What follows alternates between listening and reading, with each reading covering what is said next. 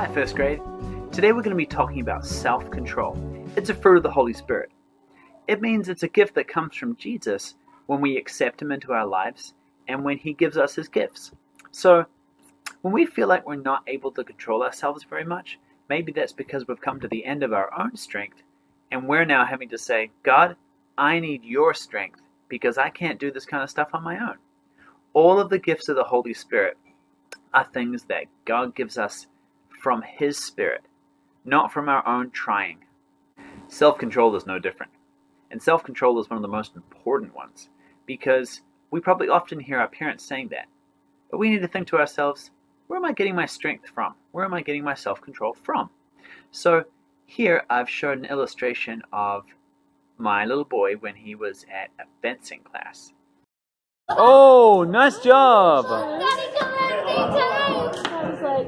And they had to do so much work beforehand to get ready to do fencing. And as you can see, if they had been given real swords, that would have been a very dangerous situation. They were given little swords with nubs on the end so they didn't get hurt. But throughout the whole time, they needed to learn how to use self-control. And if they didn't, then it could have just been a free-for-all.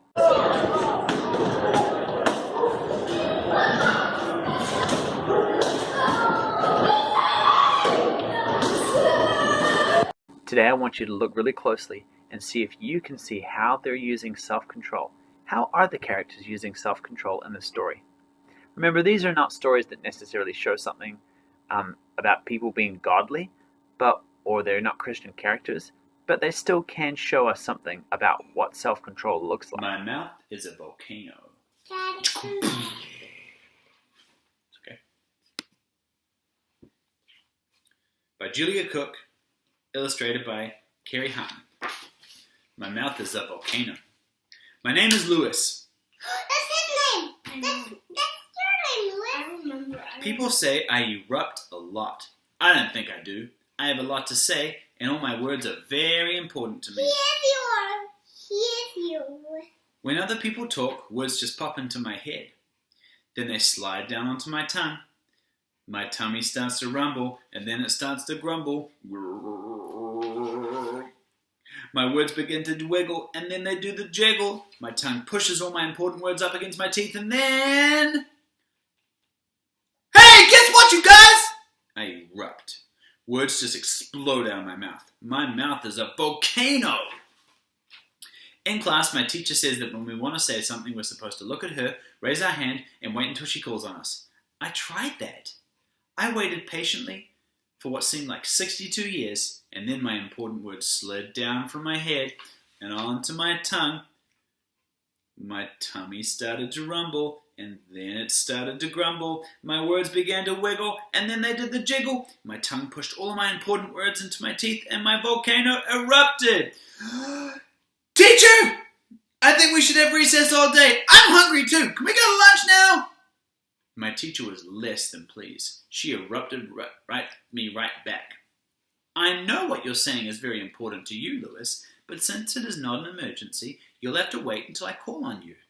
It was my volcano's fault. At daycare, we were sitting on the rug, listening to Miss Polly read us a story about planting trees. All of a sudden, I thought about the time my grandpa and I planted 6 trees in his front yard. My important words slid down from my head onto my tongue. My tummy started to rumble, and then it started to grumble. My words began to wiggle, and then they did the jiggle.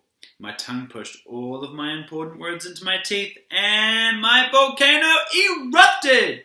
Hey, guys! Once I planted zillions of trees with my grandpa, and... I got a timeout. It was my volcano's fault. During dinner, Mom and Dad were talking about paying the bills. Then I thought about my friend Bill. Bill could blow a bubble inside of a bubble when he chews 2 pieces of chewing gum. Now that really is important. My important words about Bill slid down from my head onto my tongue. Hey, Mom! Bill can blow a bubble in a bubble with his gum! My tummy began to rumble, and then it started to grumble. My words began to wiggle, and then they did the jiggle. My tongue pushed all my important words onto my teeth, and my volcano erupted. Lewis, my mom said, you interrupted again. If somebody else is talking and you don't have an emergency, You have to wait for your turn. But Mom, my words, they slide down from my head onto my tongue. Then my tummy starts to run. Lewis, you did it again. I got sent to my room. She said I was rude. It was my volcano's fault. The next day at school was my very important day. I had been waiting for 126 weeks to be the student star of my class. This was my special moment. I got to share a poster with my class that had pictures of my favorite things. I stood up in front of my class and began to tell them about the time I went fishing. Halfway through my story, Richard started to tell everyone about the time he went deep-sea fishing in Mexico. His story must have been better than mine because everyone started to look at him. He was stealing my important words. "Richard," said the teacher, "you just interrupted Lewis. Please wait until he has finished talking, and then he might call on you." I couldn't believe how rude that was of Richard. He interrupted me. That really made me angry. After talking about my fishing trip, I started to explain the x-ray of my broken arm. Just as I was getting to the good part, Courtney started to tell the class about when she broke her leg. "Courtney," said the teacher, "you just interrupted Lewis. Please wait until he has finished talking, and then he might call on you." I couldn't believe how rude that was of Courtney. She started talking right during my 15 minutes of fame.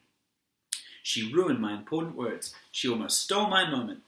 When I got home, I told my mum about rude Richard and rude Courtney. "Well, now you know how we feel when you interrupt us," said my mum. I never thought about that. I just get so excited and my words, they just pop into my head. Then they slide down onto my tongue. My tummy starts to rumble, and then it starts to grumble. My words begin to wiggle, and then they do the jiggle. Then my tongue pushes all my important words up against my teeth, and I erupt.